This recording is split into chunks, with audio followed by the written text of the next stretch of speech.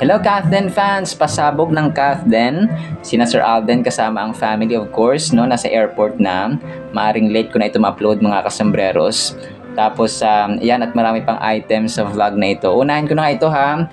Nag-post si Sir Alden kanina sa kanyang Instagram account na nasa airport na nga sila. Let's go, no? America. Tapos flag ng America mga kasambreros. Indicating na papunta sila or going to the USA mga kasambreros. Dito ay naka-sombrero si Alden ng white tapos naka-black mga kasambreros. Of course kasama niya sina Daddy Bay, si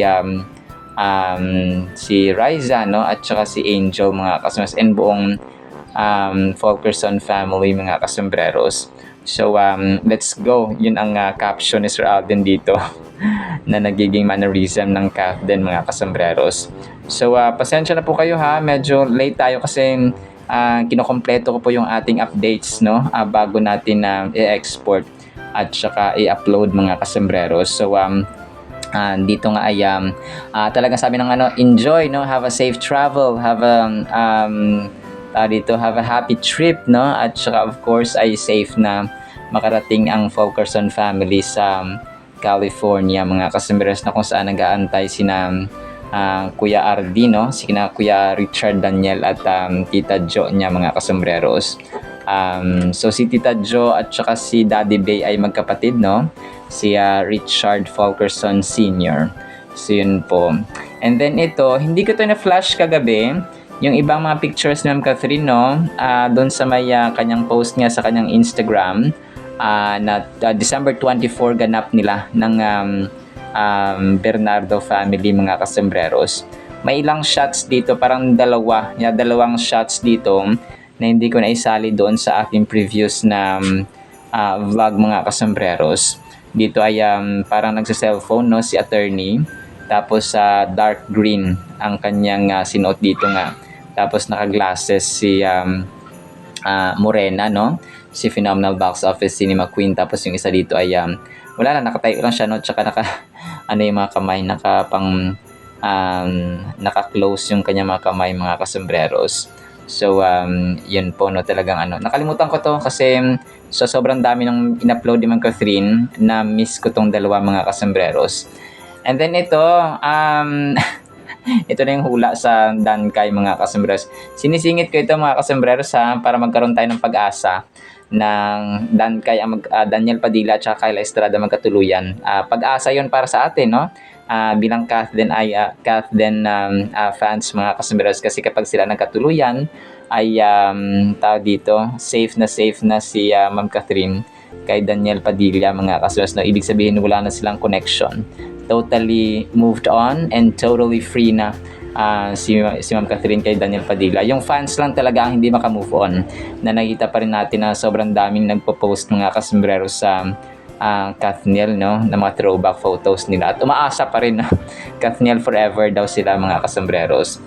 And then yun nga, no, next item natin, so yung Dankay, yung manghuhula dito na si Mamu Daniel Padilla para magiging tatay or daddy na daw sa 2026. So si Daniel Padilla kasi napanood ko yung isang interview nila ni Kath dati.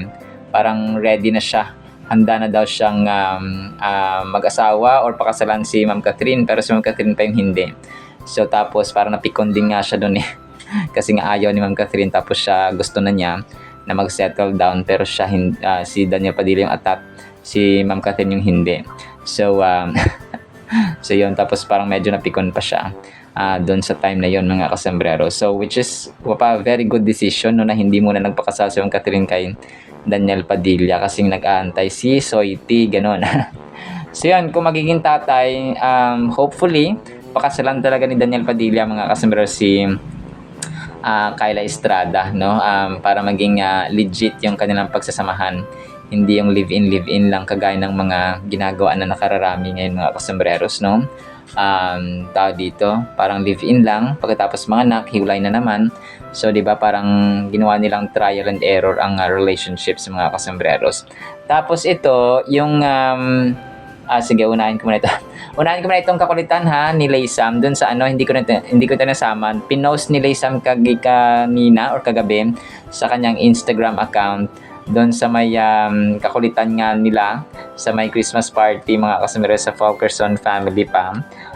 Yung sa ano, yung trend nga na pupukpukan ng drum na and tapos di ba po pupukpukan ng martilyo ba ay pupukpukan ng drum, yung sa kanila nga ay kettle mga kasumiros na bago yung ano. So ang kulit din ito ni Laysam eh.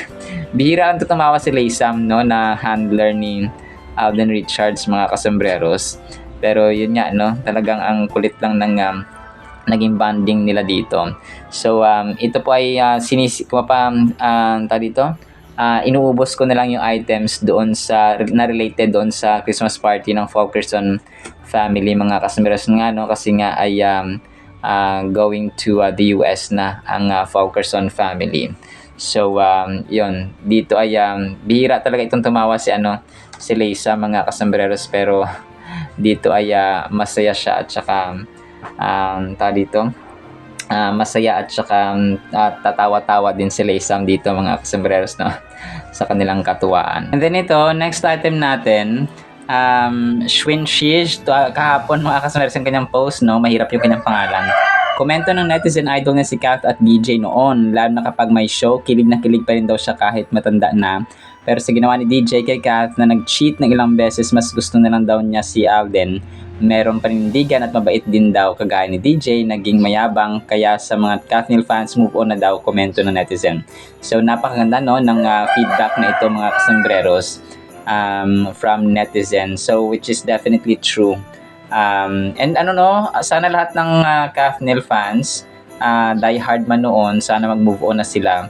Kasi nga walang patutunguhan yung kanilang pagiging Kathniel fans mga kasombreros no, kasi nga ngayon ay talagang layag na ang Dankay no, Daniel Padilla at saka Kyla Estrada mga kasombreros. So ang ganda ng kanyang sinabi dito na move on na mga Kathniel fans, komento ng netizen, kasi nga yun ang totoo no, na wala ng Kathniel mga kasombreros.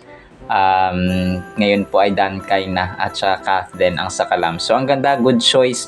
And napansin ko talaga ito, paborito si Sir Alden ng mga senior citizen no, ng mga nanay, mga kasombreros, and even ng mga kabataan.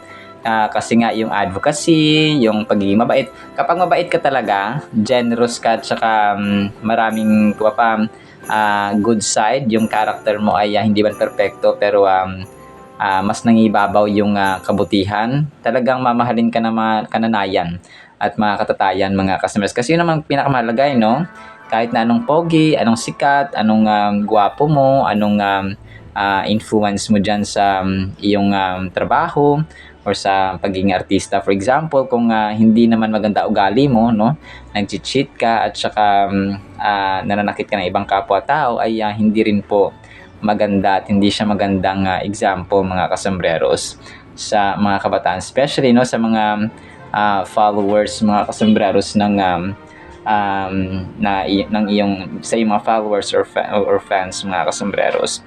So kaya yun pa rin yung pinakamahalaga. Tapos nagbati ng Merry Christmas yung kanilang Myriad Entertainment kagabi mga kasombreros no, or Myriad Entertainment Corporation.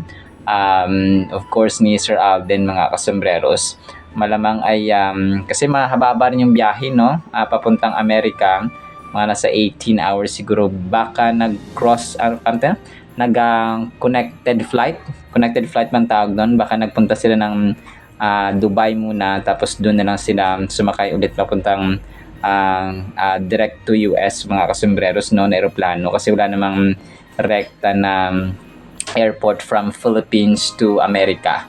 So kailangan nilang dumaan ng Middle East or Dubai mga kasombreros. And alam natin ang Dubai no, talagang malapit sa puso rin ni Sir Alden mga kasombreros ang Dubai, kasi doon ginanap ang marami siyang beses na pumunta ng Dubai eh. Maliban doon sa Hello Love Goodbye at saka sa Hello Love Again ay may mga concerts daw siya dati or visitations doon. Nung Itbulaga time pa mga kasombreros no, kagaya na mention ni Johnny Beriani sa kanila, kasi sina Johnny Beriani doon naka-base sa Dubai eh.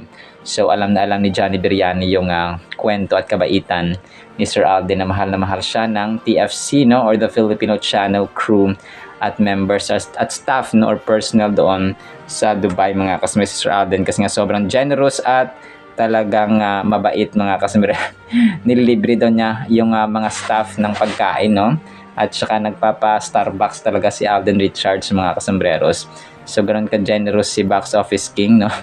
Si Taquilla King at saka si CEO mga kasombreros. Sabi ng kanyang myriad dito ay, "May this season bring peace, hope, and gratitude, and may the coming year be filled with purpose and lasting fulfillment. Merry Christmas and Happy New Year." Mula nga sa Myriad Entertainment Corporation ni Phenomenal Box Office Cinema King at Chief Executive Officer Alden Richards. Tapos, yung Cebuana pala ni Sir Alden, no, nagkaroon sila ng scheduling nung Pasko mga kasombreros. 26, so bukas na sila hanggang December 30. Tapos, lahat ng branches daw open, regular operating hours. Tapos, sa January 2 at January 3 naman, yung bukas nila ulit mga kasombreros. So, January 1 ay holiday ang Cebuana na brand endorsement ni Sir Alden Richards mga kasombreros.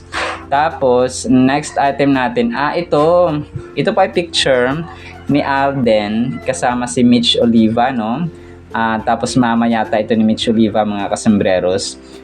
Pero ito pa ay throwback dun sa may business ni na Mitch Oliva at saka ni Prince Benmar mga kasombreros na best friends ni Alden, no? Medyo wala na yatang ganap si na Mitch Oliva at saka si na Sir Alden, no? Kasi nga busy Sir Alden sa kanya mga international projects and so on.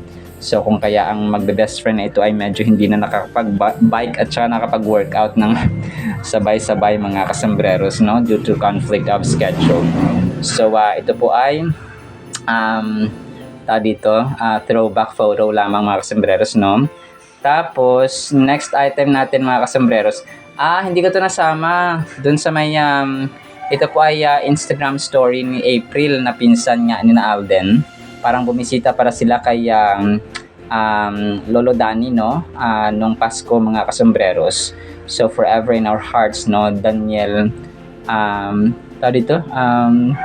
Daniel, so Lolo Danny kasi di ba Danny yung pangalan niya. Pero hindi ko alam, parang Padilla? Parang something like that, no? Yung pangalan. So dami ang Daniel pala sa family ni Alden, no? Daniel yung lolo niya, Daniel din yung kuya niya. Kasi Richard Daniel, tapos Daniel Danny. So, pero ito nababasa ko sa lapida, Daniel. So, yun yung lolo ni Alden Richards, mga kasombreros. So, ngayon ko lang nirealize na marami palang Daniel sa family ng Fulkerson mga kasombreros. And then ito, so next item natin mga kasombreros, yung pasabog nga ng Kathden mga kasombreros. Inaabangan kasi itong 2026, no, na mga pasabog ng Kathden mga kasombreros. Yung of course kay Alden yung teleserye niya, gagawa siya. Yung Stars on the Floor, may projects din siya na international na movie. So maliban dun sa The Big Tiger niya na movie mga kasombreros na kung saan ay aabangan niya, no, ng marami mga kasombreros. So ano pala yon, nalaman ko na sa mga sinihan pala talaga siya ipapalabas mga kasombreros. So hindi lang siya sa Netflix or sa social media platforms ipapalabas mga kasombreros, kundi talagang magma-mall tour, no, ang team ni na Alden dito sa Pilipinas at naging sa siguro, no, sa Amerika mga kasombreros. Kung Star Cinema, may GMA Pinoy TV naman, no, sa ibang bansa. So malamang ay yun ang gagawin nila mga kasombreros, na makikipag-collaborate sila.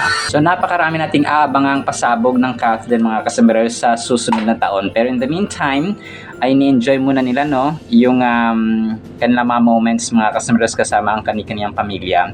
Alam naman natin na nag-update ng dalawang ito, kung kaya team panatag lang tayo mga kasombreros.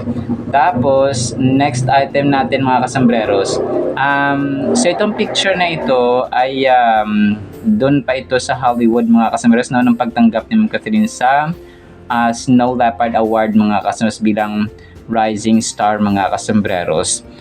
So ito ay international award mga kasombreros, no, na kung saan ay tinanggap ni Kat sa Amerika, dun sa COVID Theater mga kasombreros sa California. So medyo connected kasi yung California, nandun yung kuya ni Alden mga kasombreros sa California, no. Ang daming ganap kapag Hollywood projects ang kanilang ginagawa mga kasembreros. Tapos next item natin, ito 8 hours ago, no? Fans of Catherine looking for Catherine Milano mutuals, follow me, I'll follow back.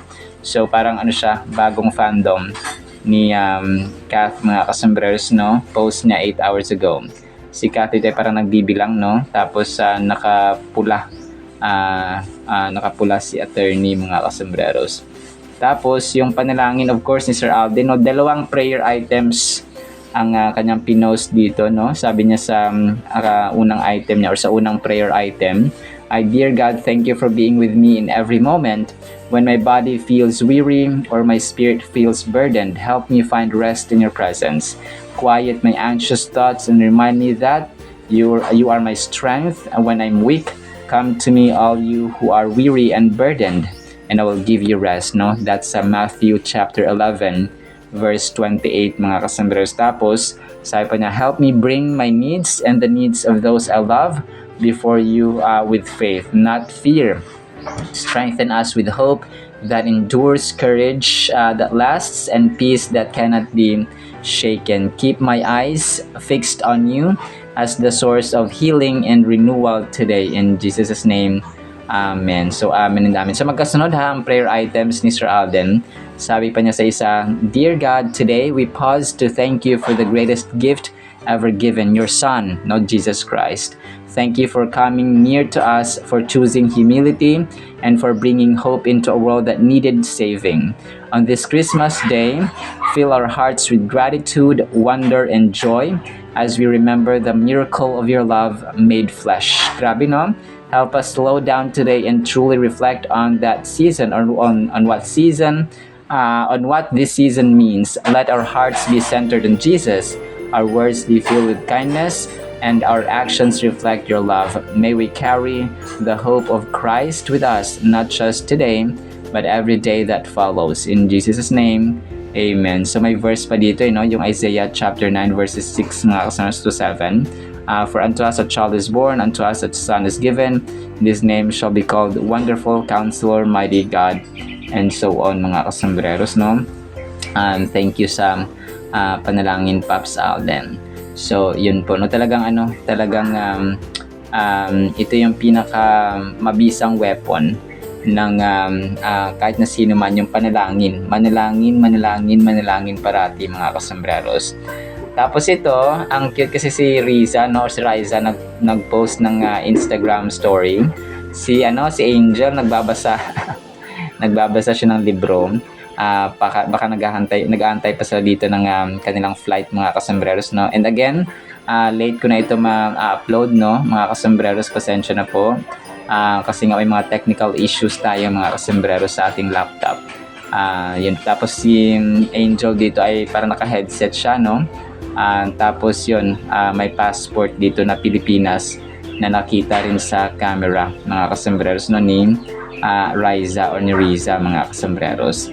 Tapos ito, last item natin mga kasembreros, kasama dito ni Katsia John Valley na kanyang part ng kanyang glam team mga kasembreros, no? Or part ng kanyang glam team mga kasembreros. So close din ang dalawang ito. Of course, ang haba na ng kanilang pinagsamahan mga kasembreros. So no doubt na parang magkuya na at sobrang close ang dalawang ito mga kasembreros. Alright, sinama sa ating 10 items ha. Sana po ay pakinggan po natin ang Word of God. And again, no, we can still say Merry Christmas. So araw-araw nga dapat Christmas, no? Para araw-araw ay nagbibigayan at nagmamahalan at nag-uunawaan at nagpapatawaran sa bawat isa mga kasembreros. So sana po ay pakinggan pa rin natin ang napakagandang salita po ng Panginoon. At para po sa ating Word of God ay since mag-New Year na, no, magbabagong taon ng mga kasembreros, ay napaka-applicable nito, no? Panibagong simula, no, lumakad sa pag-ibig. Ephesians chapter 5 verse 2, and walk in love. Na ito yan mga kasembreros, ha? As Christ also has loved us and given Himself for us, an offering and a sacrifice to God for a sweet-smelling aroma. Napakaganda, no? Sweet-smelling aroma mga kasembreros. So, lumakad sa pag-ibig. Hindi ito ibig sabihin na naglalakad ka tapos may nakasulat na pag-ibig sa iyong noo or sa iyong damit. So pwede, no, sa damit mga kasos, no, printed siya about love, no, about pag-ibig mga kasembreros.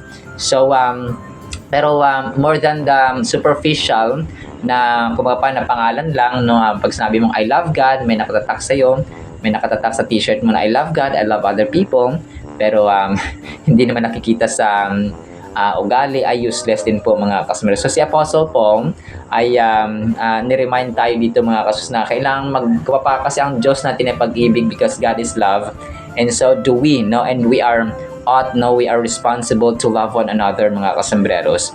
So especially sa family, kasi ang family yung pinaka-basic na unit ng ating society.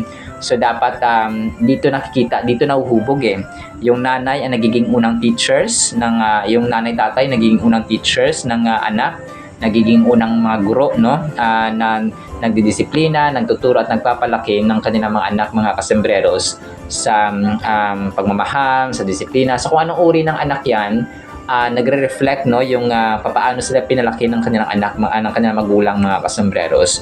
So minsan hindi mo na masisisi ang bata kung mali yung pagpapalaki ng kanilang magulang. So kasi wala namang choice ang bata no? For example, no, 1 year old, 2 years old hanggang naging 10 years old, tapos hindi mo na disiplina, hindi naman sila yung wala pa silang pagkukusa sa edad na 1, 2, 3, 4, 5, 6, 7, no, 8, 9 mga sombrero. So wala pa silang may initiative sila, pero of course, no, kailangan na ng guidance and proper discipline. So ang nakakaano lang kasi dito, minsan nakakalungkot, ang mga magulang ay nami-misinterpret nila, no, hindi nila nauunawaan ng malawak at ng maayos, ng sapat, no, na knowledge and understanding kung ano yung tamang disiplina, ano yung tamang pagpapalaki mga kasembreros. That's why yung good parenting, yung good discipline at proper and right discipline mga kasembreros, it's really important. And mababasa natin yan sa Proverbs mga kasembreros, no, sa Bible.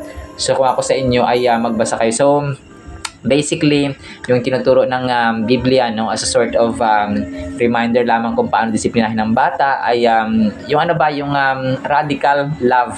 Okay? Ang tama, mali. So kapag mali na mga kasunod ginagawa ng anak mo, ng children or kids natin, kailangang sawayin sila.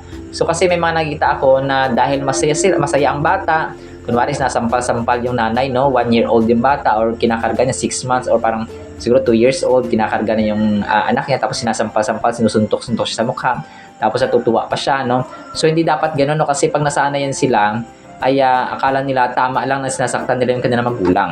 So maraming instances, yung pagmumura, yung parang hinahayaan na nila, so nadala ng bata sa paglaki, tapos hindi sila maturuan, no. Kapag hindi natuturuan at hindi disiplina ang bata, kahit na sumisigaw na yung nanay, yung tatay, kahit tapos hindi pa rin nakikinig ang bata, is also improper, no. Hindi siya tama mga kasabas. Kailangan para may command ba, no, may command ang magulang mga kasabas. Pag sinabing hindi, no, pag may sinabing oo, so ganoon siya mga kasabas. Kapag hindi siya sumunod, kailangan magkaroon tayo ng proper discipline. Ipaunawa sa kanila, no, hanggang 3. Kapag ginawa pa ito, magkakaroon tayo ng paluan session, no. Ang pagpapalo actually ay hindi po ikakamatay ng bata according sa Proverbs.